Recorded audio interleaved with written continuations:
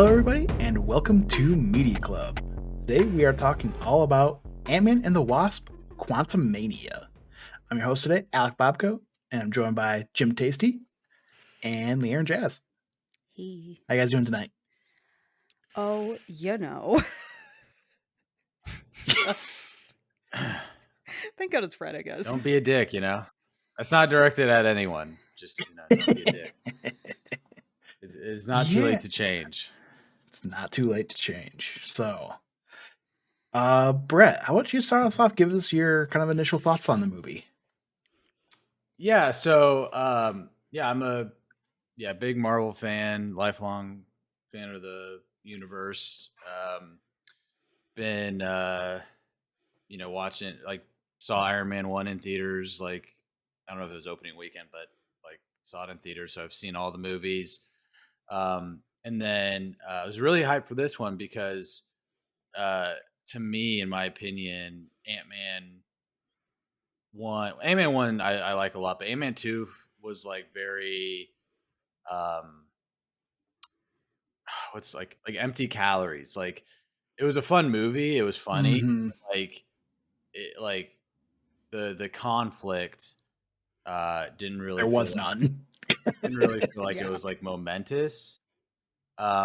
And so with this one, I was like, oh my gosh, let's go. Kang's gonna be in this, it's gonna set up a lot of the major plot points going forward. And I really liked the Ant-Man character, Paul so I was super hyped for this. And then when the reviews started pouring in and they were just atrocious, I was like, what the heck?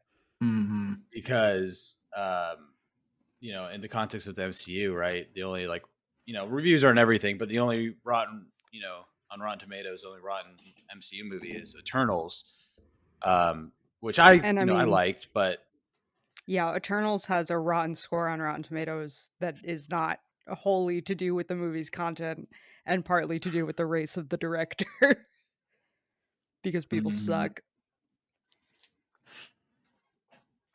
Well, but even the critic reviews were low, right? Unless I don't remember. I just remember it got review bombed because, also, like you're saying with the Rotten Tomatoes, when it's the critic review, especially with superheroes, it's so hit or miss. But I'm talking critic reviews. So Eternals only rotten movie. So when this one, it didn't debut rotten, but basically if it hits a certain metric, it's going to go down. So the writing was on the wall, and then it's rotten now. It's 48 or something. I was like, wow, this is the worst MCU movie or one of the worst.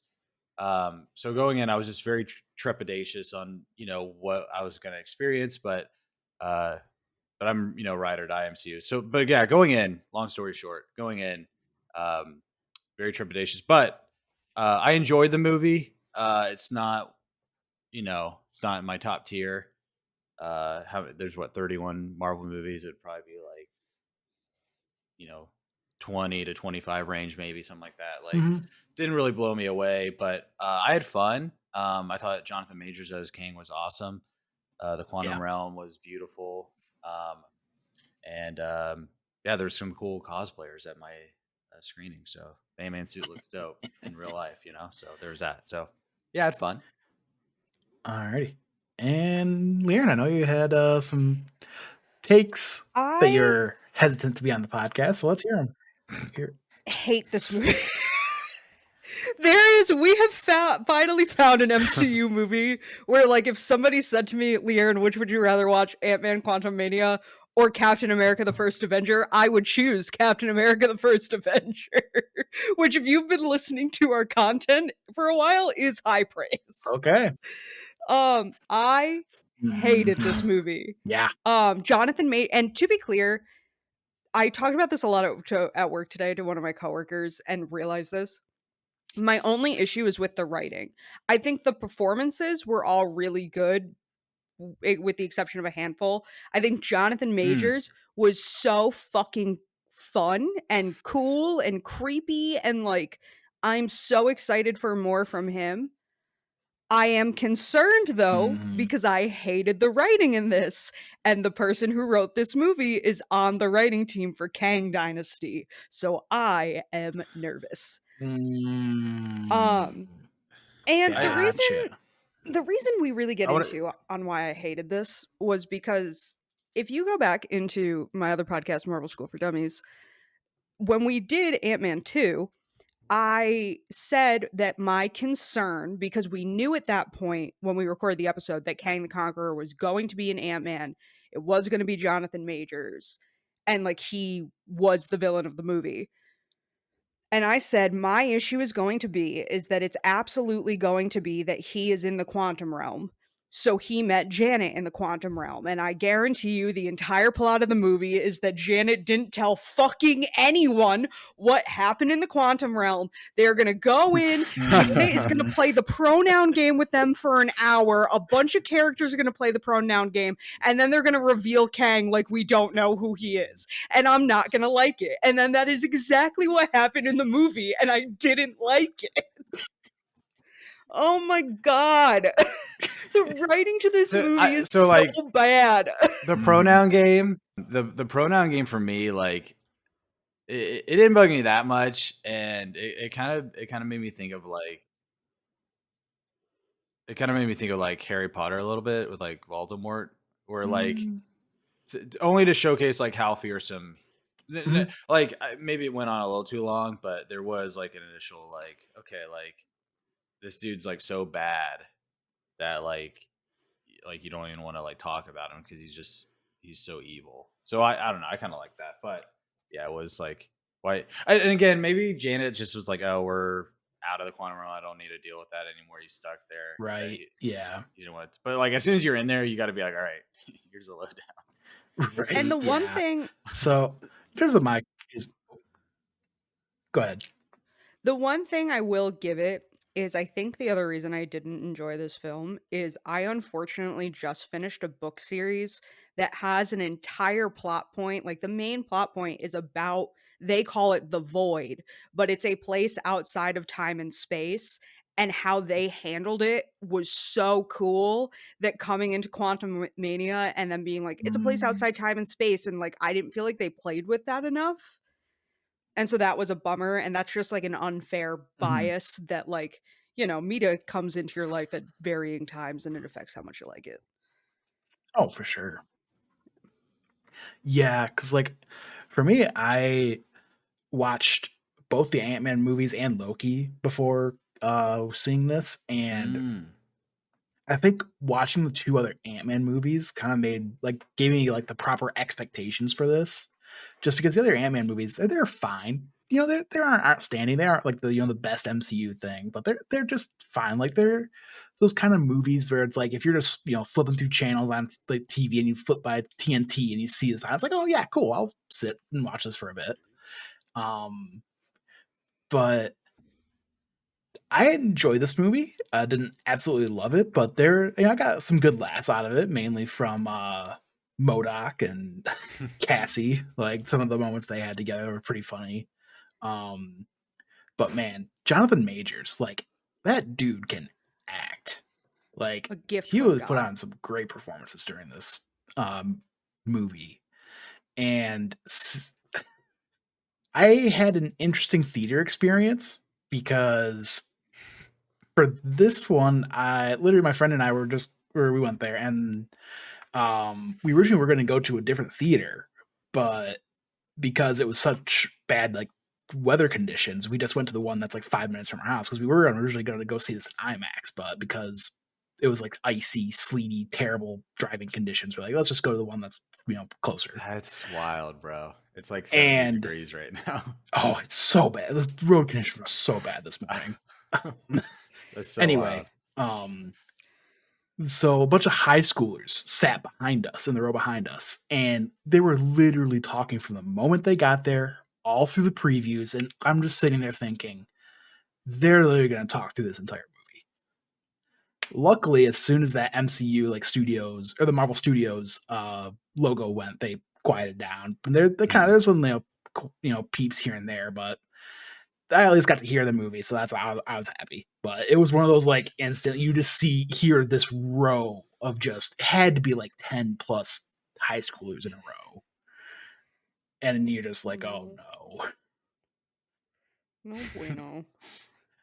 So Um, yeah. So I guess right now, I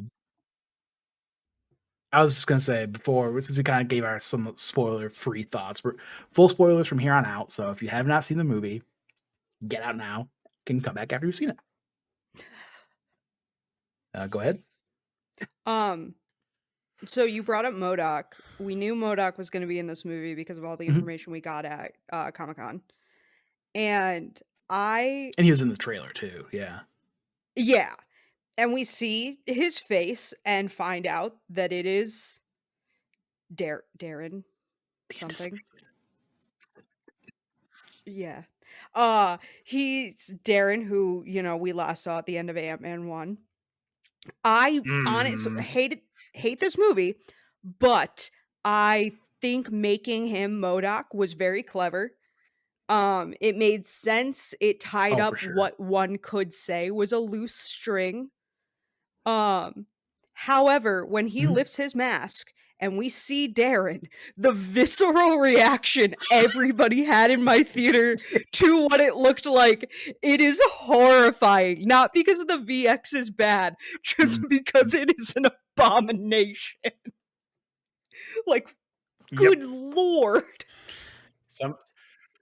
Somebody tweeted out a picture of George Lopez from Shark Boy and Lava Girl, and it kind of reminded me of that. Like when MODOK shows up on the scene and he takes off his mask, it definitely like you could I could feel in my theater like it was just like not awkward, but like it's just weird, But that's like I mean that's just the character, so. But like, yeah, you could tell it shifted. Like the audience shifted a little bit.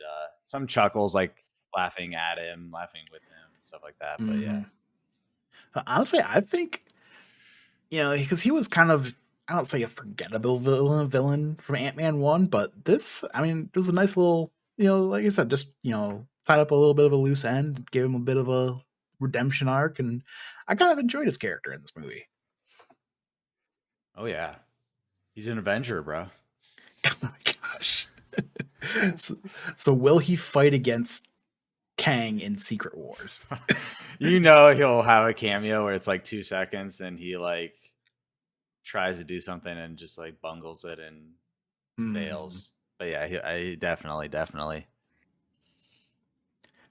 Speaking of Secret Wars, I remember because there's been so many different actors to play Cassie. I thought, or I saw, I can't remember if it was a podcast I was listening to or if it was a tweet I saw, but they're like, it'd be so cool if in Secret Wars they brought them all back. I mean, the younger to play different version, variants. She'll be old enough at this point. Yeah. So we have that to look forward to in what, 2-3 years? Yeah, 3 years. An eternity from now. Right. I know. Can't wait. But yeah, I guess this, something. This movie, it kind of has a straightforward plot. There's not really many like twists and turns. That's what were your guys' thoughts on that? It's why I hated it.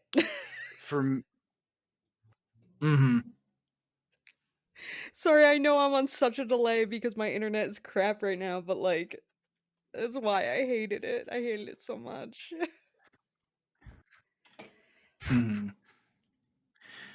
Yeah.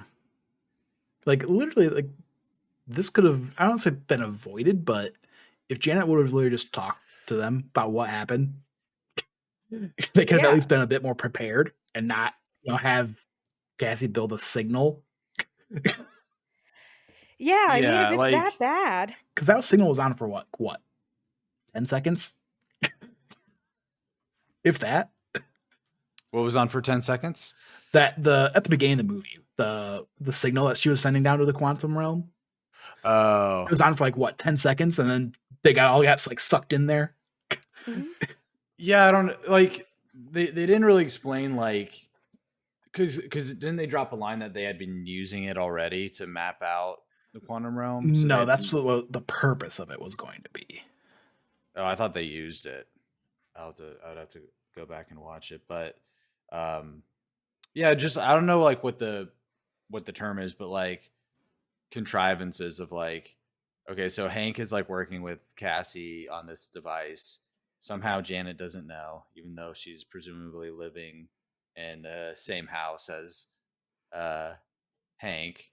Um, all and but that this is more believable where like Cassie isn't telling her dad everything because Mm-hmm. that just happens with parent daughter parent kid relationships. So Mm-hmm. um, yeah, definitely a couple of plot contrivances that just like kind of like what LeighErin brought up earlier when like Janet's just not talking about Kang and like the kind of threat he Yeah. is like immediately. It's like okay. I have another little Yeah. nitpicky thing. What's up? It's it bothers me that Cassie's mom and her father are just like not like I don't know, her calling Hank Grandpa Hank and calling Mm-hmm. Janet grandma and like the way they talked about her mom, I like got confused for a second thinking I forgot that like we find out that the mom died or something. It just like it felt very weird, especially when she got arrested. If she's been arrested before and knows that Scott would freak out, which Scott did freak out, and your mother is married to a corrections officer, why the fuck did you call your dad? You call the connection you have. Come on. Right? Yeah. I don't know. I feel like an Avenger has more flex than a cop, But he But didn't like, do even for that anything. situation. but like the cop is he works in that city, so it's his jurisdiction. It's not like Yeah, it's like like I have a feeling since Scott's like the single dad, and I can't remember the mom's name, Judy Greer, and mhm. the Italian dude, like they're probably more strict than Scott is. Yeah. So eh. Cassie's like, yo, like Scott will let me off easier if I call him. Plus, Avenger, big flex, big flex. Yeah. I love Hank. Hank is a godsend. I will say one of the things when they made it Yeah. that Michael Douglas's fucking hearing aid was really allowing him to talk to fucking ants. I was like, I'm in. I'm in Yep. to this. And I realized while I'm sitting there watching this movie that the entire movie could just be Michael Douglas getting excited about ants, and I would be thrilled. He's so Yep. committed to the role of Hank Pym, and it brings me like such Oh joy. yeah. Yeah, like that whole minute you see him like messing with the hearing aids, like, oh, it's I just assumed it was like him like maybe getting like some signal from Scott and Cassie. Mm. I didn't think anything of like the ants and all that. But it makes so much sense because they did show the ants like going down into the quantum realm. So Well, remember in Ant-Man 1, he breaks Scott out of jail, and then he referenced that right, in this yeah. one too. Yeah. Yep. I knew that was the thing, but it was just one of those like I just assumed because they showed that they're trying to like radio communicate that with each other. Right, So yeah. as I thought that was a call to that, not that he was listening Oh, for the yeah, I got ants. you. Yeah, that was like a fun little like, oh, okay. Because yeah, you just Yeah. thought they flew away into the ether. Mhm. Not I lived for will 1,000 years and became smarter than any of us ever would be. and I love What does them. a I class two love them. civilization mean? What class are we? Right? I think Probably a it's class class 1, 2 I would assume, if they're a civilization class is 2. like yeah, cuz I think it's like civilization where they have like tools and stuff, but they're not tools to like the extent that like us or China or Japan have tools, like where it gets into I think that's what it means, but I don't quote me on that. Alright, guys, LeighErin's having some internet issues, so she had to step out of this one. Um, we we were talking about the parents not being there, or Yeah. Cassie's parents not being there, Can and I? I was gonna oh, say like pivoting off of that, like Yeah. because I watched it yesterday. I've been listening to multiple podcasts about it today, just because it's like Mhm. I'm like, and this is a bigger discussion that we can talk about later if you want. Like, I'm so Yeah. fascinated with because I'm a diehard Marvel fan. I love the MCU, but I'm fascinated by it on like the business end. But yeah, I'll go back. Mhm. But like having no Luis and no Yeah. ex-cons and stuff, like kind of Like, like what was so special about like Ant-Man 1 for me is like, I mean, out of what 31 movies, not even including the shows, like it's probably like 15. It's like right in the middle, yeah. maybe a little higher. Mhm. But what was so awesome about that was like the small scale and the Yep. humor. Like it was like this personal story. The world wasn't ending. Um, but what was so awesome was like the humor in like the cast of characters, and so not having not having that like typical San Francisco setting they had in the past, and not having Luis and Ti and what's his name? I know the actor's name, but I can't remember his uh, Ye- character's name. The dude who's in Suicide Squad and stuff yeah. like that. Like, Yep. although Yeah, I he can't is in remember this what. movie, but he's like a quantum Oh, realm. really? He's like a quantum realm person, yeah. So Oh, okay.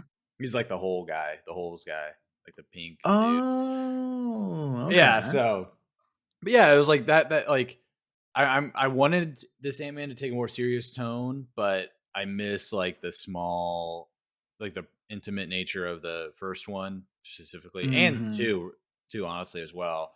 Um, but yeah, the humor in that regard. Although there were some funny parts here. Yeah, like, oh, yeah, like I said, Paul Rudd just absolutely killed it in this movie. Yeah. Um, and not that she didn't kill it, but it's like, I guess kind of the big elephant in the room is why they had this being Ant-Man and the Wasp when Evangeline Lilly had like no screen time at all in this movie. Dude, okay, yeah, like, I wanna talk about that because, Yeah. like, I noticed it in the movie and kinda had some thoughts about that, but listening to a couple podcasts today was like, like, all these podcasts brought it up as well. Like, Hmm. one of the failings, I think, of this movie, because like, at the beginning, I was like, "Yeah, I liked it. I had fun with it." But yeah, this movie has a lot of flaws for sure. Hmm. Um, and LeighErin was right with like the writing. I'm not too worried about like uh Secret Wars or whatever else is like the guy's a part of, because like Hmm. either A, that guy will learn from his mistakes, or B, they'll get somebody else who can do it better. So Well, yeah, and also it's part of the writing team as well, so he's not like the single writer on that. So, yeah, but yeah, I'm like, Wasp is literally in the title. She is technically like the co-lead, and we hmm, had way more story development for Janet, for Hank, yeah, um, and Cassie over Hope, who is technically, the 1B or number oh two, yeah, whatever you want to say. So hmm. I was really disappointed I mean, in heck, that. even some of the quantum people got more story development than Yeah. Wasp. Yeah, like literally, like I'm trying to think now from this movie, like where we get her from the start of the movie to where we get her at the end. And it's like literally, I don't think anything changed about Mm-mm. her at all. Yeah, no, because like the only like big moment she really had was like in the probability storm where Scott kept multiplying and multiplying and multiplying, but she just her or Hank and Janet just sort of like, hey, focus, just don't freak out, just keep doing this, keep heading towards the middle. Hmm. And like that was kind of her big moment of the movie. Yeah, which again, like I think that's it's some development, but it's super small. But it was like, okay, like she's more focused and composed Hmm. than Scott is. So But at the same time, we already you knew kind of that already knew. Yeah, yeah. because she's literally leading the Pim Van Dyne tech Uh or huh. whatever. It's like Yeah, so it's yeah. like we already So knew that she had that more poise, more focus going into this. So yeah, like you're saying, she really didn't. There's no development for her. She just kind of yeah. Yeah. So I mean, it's not. again, I'm not Mhm. a Hollywood writer, so I can't like magically come up with like a better Oh, right. answer Yeah. for that. But I'm like, what could they have done to further her character, have her included, more coherently into the overall story of this movie?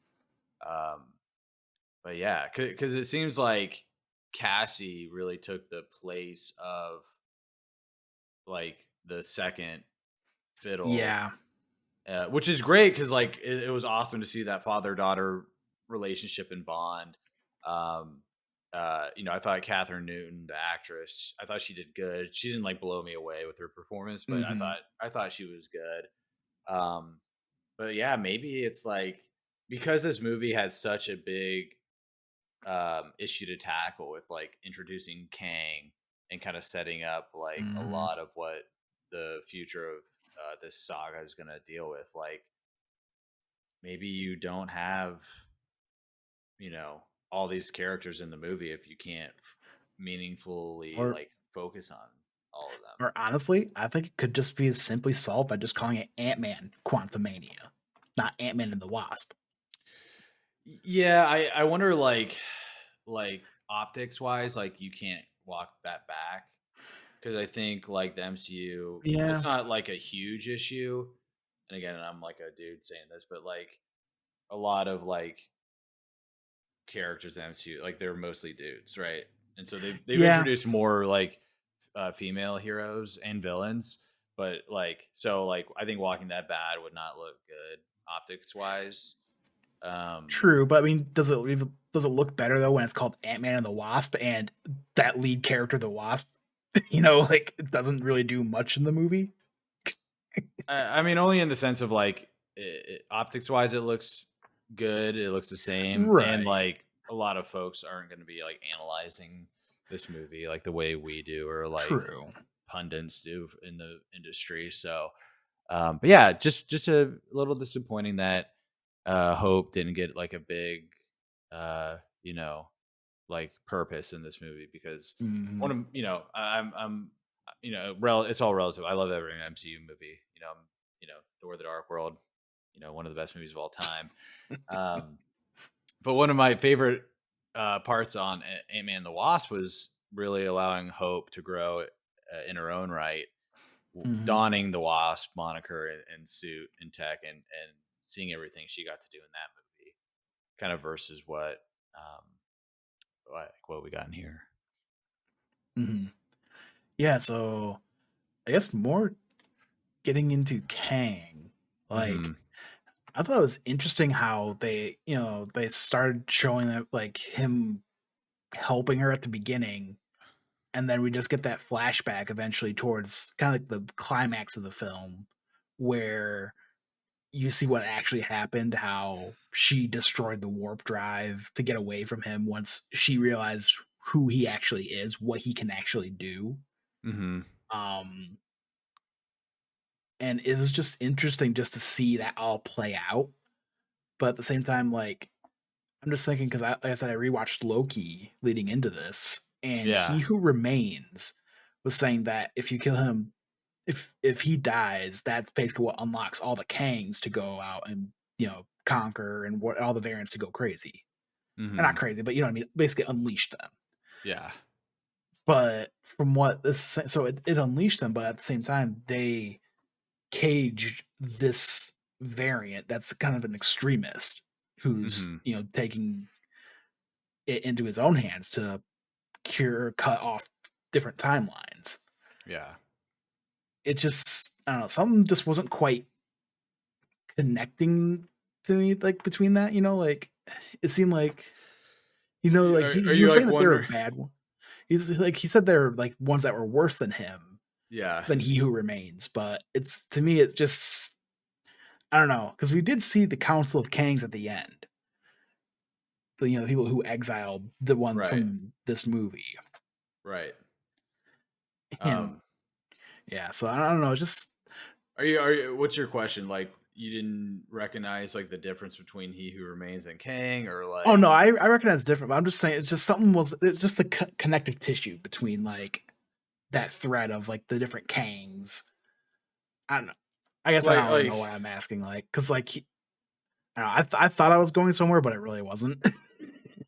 I think what you're trying to say is like, are you talking about like how like the timeline or logistics work? Because like once he remained basically was pruning this one timeline There from was branching out into any multiverses that could right. possibly arise from the multitude of decisions across time. And so once he died, That instantly unleashed everything. Yeah. the branches. So instantly, like again, with the way time works, like in this universe, like instantly, boom, all the kings appear. Probably, it's just like they just. Right. I mean, over time, but over time, it's like boom, boom, Yep. boom, and then, um, I think the Kang in this movie is King Prime, which is like Mhm. the quote unquote first one that like Yeah. attempts to do anything. And then I think the big difference between this Kang and He Remains is like, again, um, he's like pruning the different branches of the sacred timeline, and like, um, Kang is kind of like the way, like you saw him in that flashback. He's kind of just like cutting off the branches, like just Yep. slaughtering and just severing and just, um, which again, that's what's so interesting about this movie is like, because everyone's like, He Remains like, oh yeah, like a lot of my other versions are way worse. And it's like, yes, but we can't like lose sight of the fact that like what He Remains was doing as well was like Yeah. horrific, like just literally eliminating universes, you know, Mhm. like Yeah. that. So, which is so again, it might be harder for like the general audiences to like take account of like all this multiversal stuff. That's like one of the bigger concerns I have Mhm. after this movie and the way it's received. But um, to me, that's like intriguing because I'm like, dude, like we're Mhm. gonna get like so many. Jonathan Majors is just gonna get in his bag and like just go to Oh town. yeah. It's gonna be fun. Which, like, I think going to that first post credit scene where we see Hmm. all those Kangs, I think that was a good visual of what's going on with all those timelines. Because in the finale of Loki, we see the sacred timeline, like the one timeline that's consistent that we've been in, and then you see the kind of the branches as he dies start going out. But then, literally, in this post credit scene, you see it's just in chaos. Uh, branches going crashing into each other, doing what we learned in Multiverse of Madness as incursions. Hmm. Because that's another thing that we can't forget about is incursions, where multiverses or universes are colliding and Yeah. becoming one. So that's going to be another big part, probably in Kang Dynasty and Secret Wars later on. Yeah, that's why like by the way, do you notice like when they were all teleporting into that chamber, it was like the same kind of teleportation thing as Reed Richards and Doctor Strange. Oh yeah, It was that the two blue like squares, yep, which looks so cool. That's why like because a lot of again a lot of the kind of just topics of discussion that have popped up after the reception to this movie is like, and it's all relative because again, this is a second Marvel movie out of 31 Marvel movies to get a rotten score on Rotten yep, Tomatoes, and like, yeah, so which is on the grand scheme of things, that's still pretty good. 2 out of 31, not mhm. bad. But And the honestly, standard, audience oh, go score ahead. is still score is still good. Like last I saw, I was like at like a mid 80s, low to mid 80s. Yeah, I think based on like trends, I think it'll probably drop down to like mid 70s, high 70s. But that's still, Mhm. again, that's still pretty good. Oh yeah. Um, I think it's just all contextual because the MCU is such a financial and to a certain extent critical juggernaut in terms of like just the low, like the floor of like what all these reviews got. Like even Oh Thor: yeah. The Dark World got like 60 something percent, which is fresh, stuff like that. So Mhm. um yeah, it's just interesting to think and take stock of like, because with Eternals, everyone's like, "What? Oh man, MCU like Marvel fatigue," and then Yep. but that was like, "Oh, it's a brand new franchise. Nobody knows who those guys are." With this one, a lot of everyone knows who Ant Man is basically. Mhm. Um, but I'm still not like I still don't think the MCU is in serious trouble. Now, granted, they just like reshuffled some dates again, which I think can only strengthen it in terms of like the spacing and more time in the oven for all these projects. But um, I, I still am pretty confident that by the end of Secret Wars, we're gonna look back at this era of the Marvel movies and be like, yeah, this was really good. This was fun. This was Hmm. awesome. Oh, for Um, sure. but just you also got to take stock too, just the fact of like for the general audiences, for the regular folks out there, the Infinity Saga and specifically Endgame was like the peak, and that was enough for them. Oh yeah. So like because a lot of times with like the box office, people are like, oh man, Thor 4 only made 800 million. Like, man, Captain Marvel Hmm. made way more. Like, oh, what's going on? And it's like, well, that was like a specific time Oh, for and sure. Yeah. place with the MCU. And now, Joe Blow from Idaho is like, oh, like I don't need to see anymore. Like They got the satisfying conclusion to that arc, and they're like, I'm done. Yeah, yeah, I'm yeah. out. Yeah. Yeah. So that's just a natural, I think, way of things. It might, again, with Secret Wars stuff, it might come back and get close to it, or Hmm. maybe surpass it. Probably not, but like, yeah, it's just it's ebbs and flows, right? Ebbs and flows. Hmm. And this is we're in phase 5 now, but like phase 4 is like phase 1, so it's like the build up, it's the beginning, Exactly. things like that. Yeah. All right, before we close it out, I guess talk about that final post-credit scene, which I personally, I probably should have expected it, but I wasn't expecting a little tease for Loki season 2. Yeah, that was super exciting. I did not expect it either for some reason. Um, Mhm. but man, seeing Owen Wilson and Tom Hiddleston and Jonathan Majors, I was like, bro, Yeah, Loki season 1 was so good. I after rewatching that, that show is so good, and being only 6 episodes, just being that in and out, like you can literally binge it all within a day or two. Like it's such a short, sweet, concise show, but Hmm. it does so many great things in it. So Yeah, knowing that we're getting season 2 to that this year is awesome. yeah. It made me think of like that again. It was all in one phase, but like that first 3 shows of WandaVision, Falcon Winter Soldier, and Loki for me personally was just perfect Oh because yeah. WandaVision was excellent. For me personally, I really connected with like the Captain America mythos, so like getting to Hmm. jump in with that was awesome. And then Loki, we love Loki, and then what they did with that story and character was amazing. And Yeah. so can't wait for season 2. But do you think the Kang we saw here was like the original Kang, like Kang Prime, like before he goes on his time traveling conquering adventures? I think so. Yeah. Because granted, that was more I happened to see a TikTok like that night or last night after the movie, Uh and huh. they're like post credit scene explained, and this was like from the comics. I guess he was originally like in that time, and that's like where he basically whatever city that takes place in eventually becomes the city where he like rules from. Yeah. Because it almost gave me like Tony, or not Tony, Howard Stark vibes from Okay, yeah.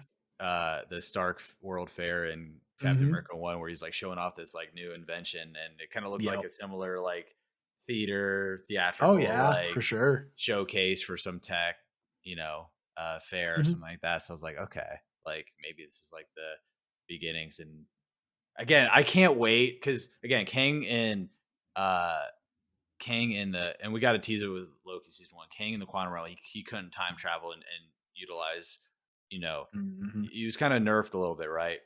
Yeah. And so like in Loki, when he just literally teleports to somewhere else because he like relives all those moments in time over and over. He Hmm. knows what to do.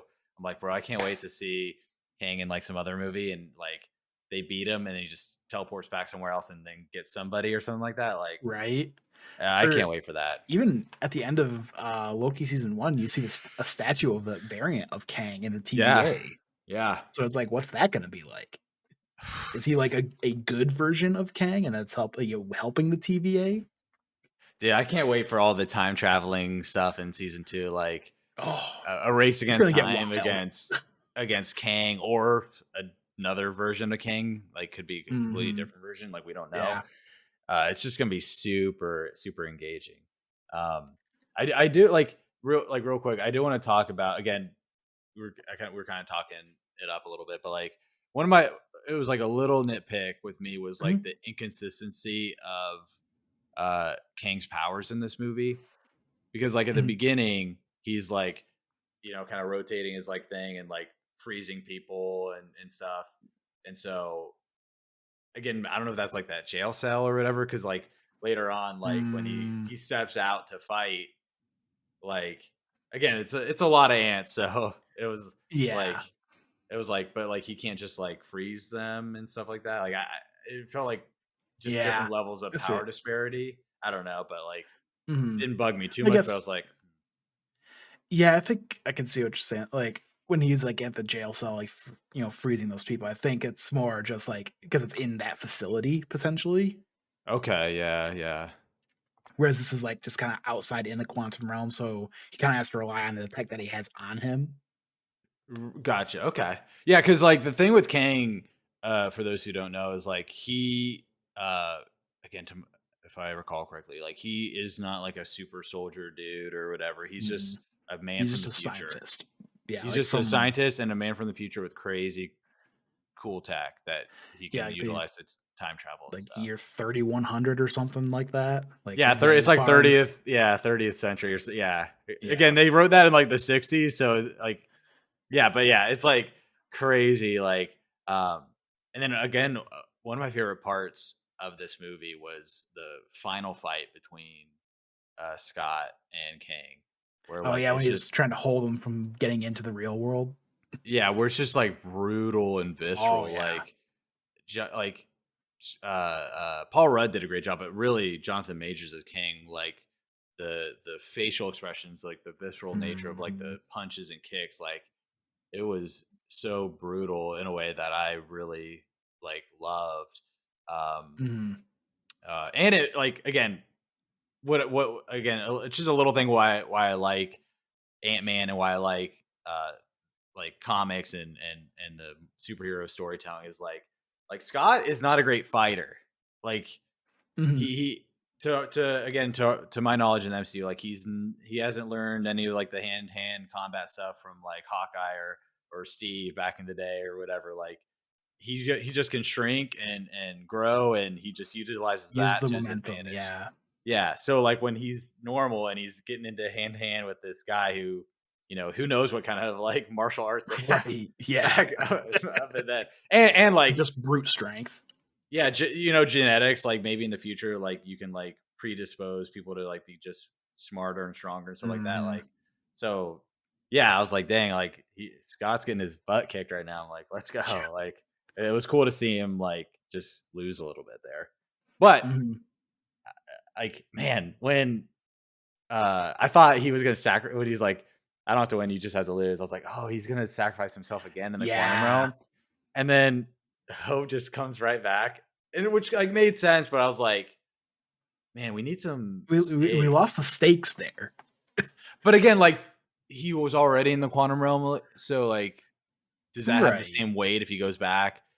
I Do we think put with this Hope in the point, quantum realm? I Like, think if he were to stay in the quantum, I think it would have felt like as kinda the same, if not worse, or not necessarily worse, but like because he was doing it to stop a worse evil. You know what I mean? Like whereas yeah, before he was just going in to get the healing particles for Ghost, and they got dusted, so they couldn't pull him back out. Whereas this time he was doing it by choice. yeah, and again, like again, the optics of like literally, I guess what's the term, fridging? Like if you just lock away Hope in the quantum realm, like that might not be look good, Yeah. and you don't have opportunities to further her story and whatever else they do in the Hmm. future. Scott was already in the quantum realm, kind of. So like, and again, like they want. I think they like probably edited it at the end where they're like, we're like, hey, let's again, it's all like pieces on the board for them. Mm-hmm. So they're like, we Oh, need for Scott. sure. We need Scott to just be on the board and just readily available for Yep. whatever next thing we have coming up. So, yeah, I was curious about that. I was like, do you leave Cassie stuck in there? I guess I don't know. Like, Yeah. you can't do Janet again. Do you do Hank? Like, I don't know. Like, Hank with again, the ants. yeah, They'll I don't find a know. way out. Maybe. But yeah, just like the writing of this was like not as strong Mm-hmm. as I wish it was. And yeah, I hope and I can't wait for the next Marvel movie that's just like, wow, like this is incredible. 'Cause we Mm-hmm. haven't gotten that in a while, I feel like even like Shang-Chi was good, but not like glowing. Like, and the writing of Shang-Chi wasn't like amazing. It was the choreography of the fights and like the acting, particularly with Simu Liu and Tony Leung. So like, yeah, like I'm waiting for the next Winter Soldier, that next Mm-hmm. obviously the Avengers, stuff like that. So hopefully we'll get that soon. Thunderbolts. Yeah. Yeah.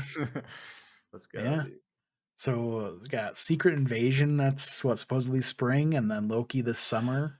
They've been super like close to the vest with their Disney Plus dates with Gotcha. shows.